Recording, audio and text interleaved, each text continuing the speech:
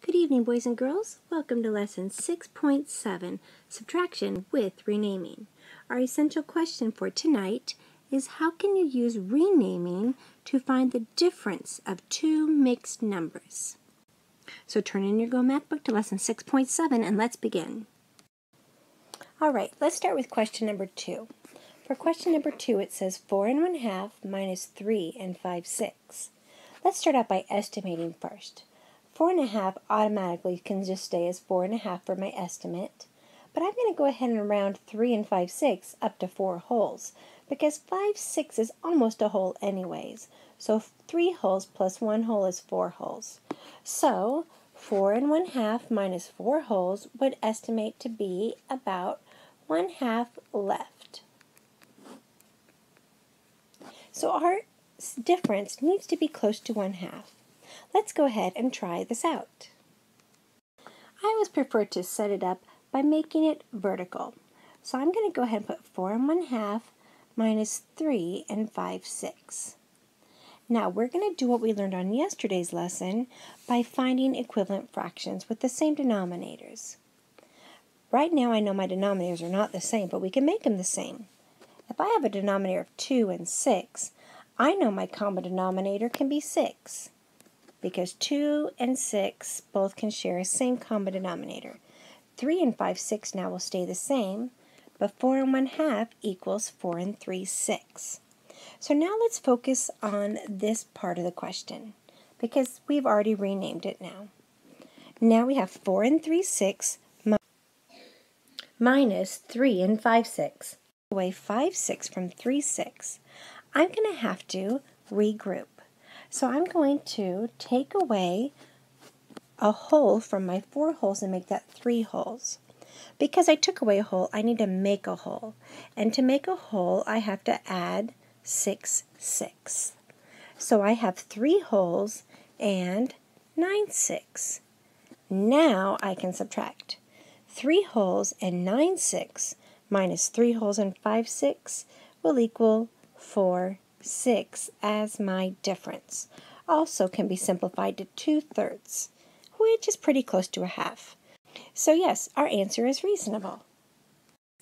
Okay, let's go ahead and take a look at question number 4. If we wanted to estimate 2 1/6 minus 1 2/7, I'm going to say 2 1/6 is really close to 2 wholes, because 1/6 is hardly anything at all. So let's go ahead and say 2 minus.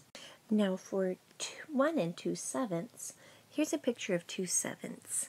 You can see that 2/7 can either be close to about a half or just say 0. I'm going to go ahead and just make this a lot easier and call this 2/7 as 0. So we're really just going to subtract 1 whole. So I'll say 2 minus 1 is about 1. Now let's see if our difference is close to 1 whole. So let's go ahead and rewrite it so it's vertical. 2 1/6 minus 1 2/7. Now if we were to list our multiples of 6 and 7, the first one that would come up that would be the same would be 42. Let's all put 42 down as our denominator that will be common. All right, now let's multiply. 7 times what is 42? 7 times 6 is 42. So 2 times 6 is 12. Let's put a 12 as our numerator. And now let's look at this top one. 6 times what is 42? I know 6 times 7 is 42, so 1 times 7 is 7. And now we have a problem, because I know that I cannot subtract 12 42s from 7 42s. So I'm going to have to regroup and make it work. So let's go ahead and borrow from my 2 wholes and make that just 1 whole. And now I can add 42 over 42, which equals a whole. So now 42 plus 7 is 49. So really this has a value of 49 over 42, which is actually 1 whole and 7 42s. Now I can subtract. 49 minus 12, 9 minus 2 is 7, and 4 minus 1 is 3. So I have 37 over 42. Now my whole numbers, I don't subtract anything because 1 take away 1 is 0. Therefore, our answer is almost a whole, like our estimate, because if a whole is cut into 42 parts and 37 is shaded in, that's almost 42. So it's close to a whole. So our estimate is great. And there's our difference. All right, let's look at number 6. First, let's estimate. I'm going to say 9 1/4. What do you think? I would think it's close to 9 wholes because 1/4 is hardly shaded in. All right, minus 3 2/3. If I have 2/3, I know it's cut into 3 parts and 2 are shaded in. That's almost a whole. So let's go ahead and call this 4 wholes. So 9 minus 4, our difference should be about 5 wholes.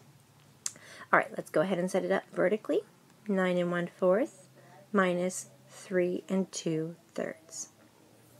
Now let's go ahead and find equivalent fractions. I know 4 and 3, their first common denominator that they will share is 12, because 3, 6, 9, 12, and 4, 8, 12. So they both share 12. Now we can find equivalent fractions. 3 times what is 12? I know 3 times 4 is 12. So 2 times 4 is going to be 8. And now let's look at our top fraction. 4 times 3 is 12, so 1 times 3 is 3. All right, let's subtract. 3/12 minus 8/12. I can't do it because 8/12 is greater than 3/12. So let's go ahead and regroup. I'm going to take away a whole from my 9, and we're going to call that 8 wholes. And now let's just add a whole to my 3/12. So 3/12 plus 12/12 would be 15/12. So let's go ahead and put 15/12 minus 8/12. Now I can subtract. 15/12 minus 8/12 is 7/12. And now let's do our whole numbers. 8 wholes, remember we regrouped, minus 3 wholes would be 5 wholes. So the difference should be 5 wholes and 7/12. All right, for number 8, if we wanted to estimate first, I would say this is about 8 wholes minus, all right, 3 5/9. I know 9 is an odd number, so you really can't find a half of it, but a half of 9 would be 4 1/2. So 5 is really close to that. So I'm going to say 8 minus 3 1/2. Now, remember, when you subtract a fraction from nothing, you have to create something for it to subtract from. So I'm going to go ahead and take this and make it 7. And we're going to make 2 halves. And now we can subtract. 2 halves minus 1 half is 1 half, and 7 minus 3 is 4. So our difference should be about 4 1/2. That should be our difference. All right, now let's go ahead and let's subtract. Here we go. I'm going to go ahead and set it up vertically. 8 1/5 minus 3 5/9. All right. Now, if you would like to pause the video and do it ahead of me, so that way you can see if your answer will match mine, you can pause the video now. But if you still want the guidance, just continue listening. All right. So for this one, you should have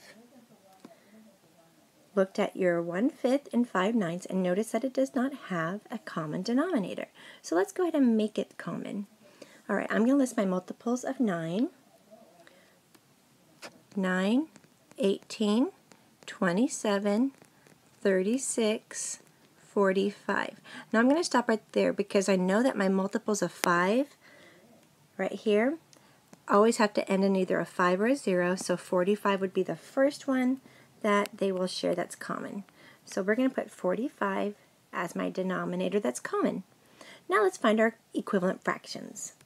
9 times 5 is 45, so 5 times 5 is 25. Let's put 25 as my numerator for down here. And let's do the top one now. 5 times 9 is 45, so 1 times 9 is 9. All right. Can I do 9 45s minus 25 45ths?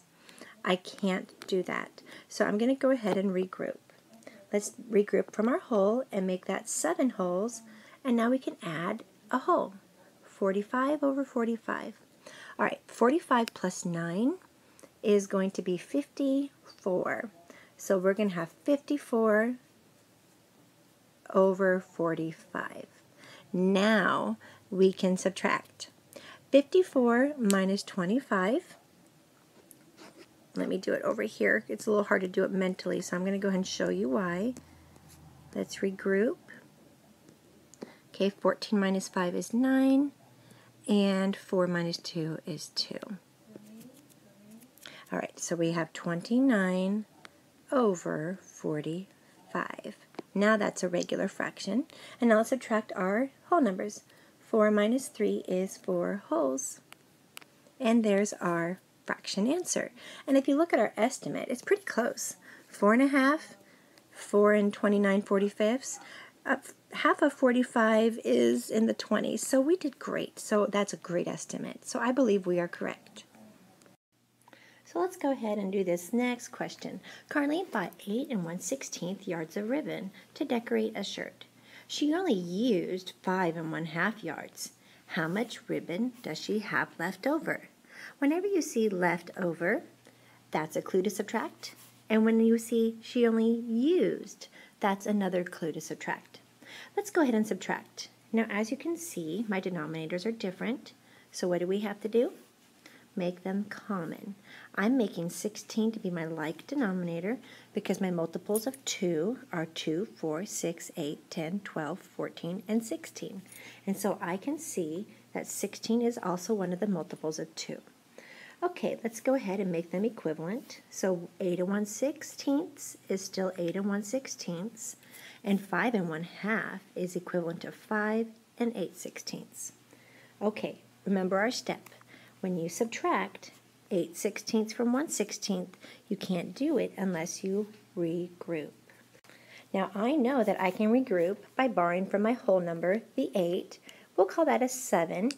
And now I'm going to make a whole because I borrowed a whole. So I'm going to add right here 16/16 because that equals 1 whole. So now I have a total of 17/16. Now I can subtract. 17/16 minus 8/16 will be 9/16, and 7 wholes minus 5 wholes is 2 wholes. And I know 9/16 is already in simplest form because the greatest common factor that 9 and 16 share is just 1. Okay, boys and girls, your job is to answer questions 1 and 2, which is like today's lesson. Make sure you show your work in your book so that way you can show that you did it yourself. Or if you need to do it on notebook paper, just bring that inside your book tomorrow to show the teachers as we check your homework. We're also going to have you do questions 3 through 6 for your review. Please don't forget to assess yourself at the top of the page. And go ahead and get started on these last questions, and we will check them tomorrow in class. Have a great night. Bye.